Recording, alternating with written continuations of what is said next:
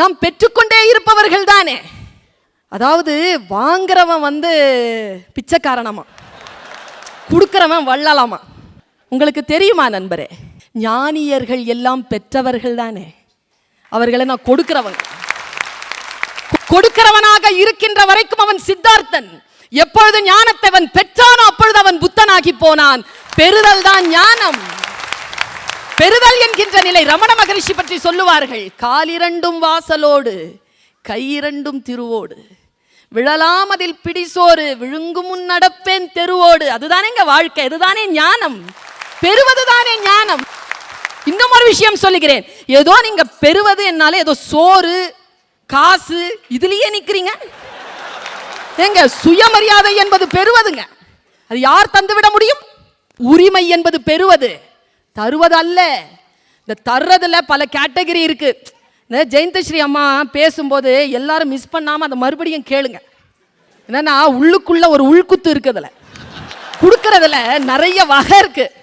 எப்படி சிரிக்கிறாங்க பாருங்க, குழந்தை மாதிரி.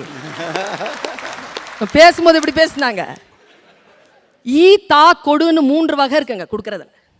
ஈதல் கீழே இருக்கிறவங்களுக்கு தர்றது, தருதல் சமமாக இருப்பவர்களுக்கு, கொடுத்தல் உயர்ந்தவர்கள் கேட்கின்ற பொழுது அவர்களுக்கு கொடுப்பது.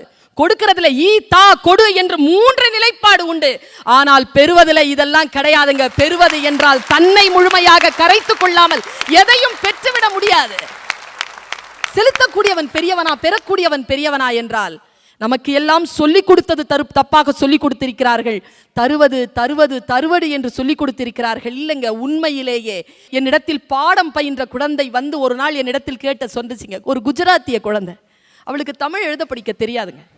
பேசிக் தமிழ்னு ஒன்று, அடிப்படை தமிழ்னு ஒன்று பல்கலைக்கழகத்தில் பாடமாக்கி இருக்காங்க.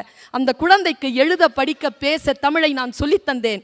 அந்த தமிழை கற்றுக்கொண்டு என்னிடமிருந்து பெற்றுக்கொண்டு அந்த குழந்தை என்கிட்ட சொல்லிச்சிங்க, அம்மா ரொம்ப நன்றிம்மா.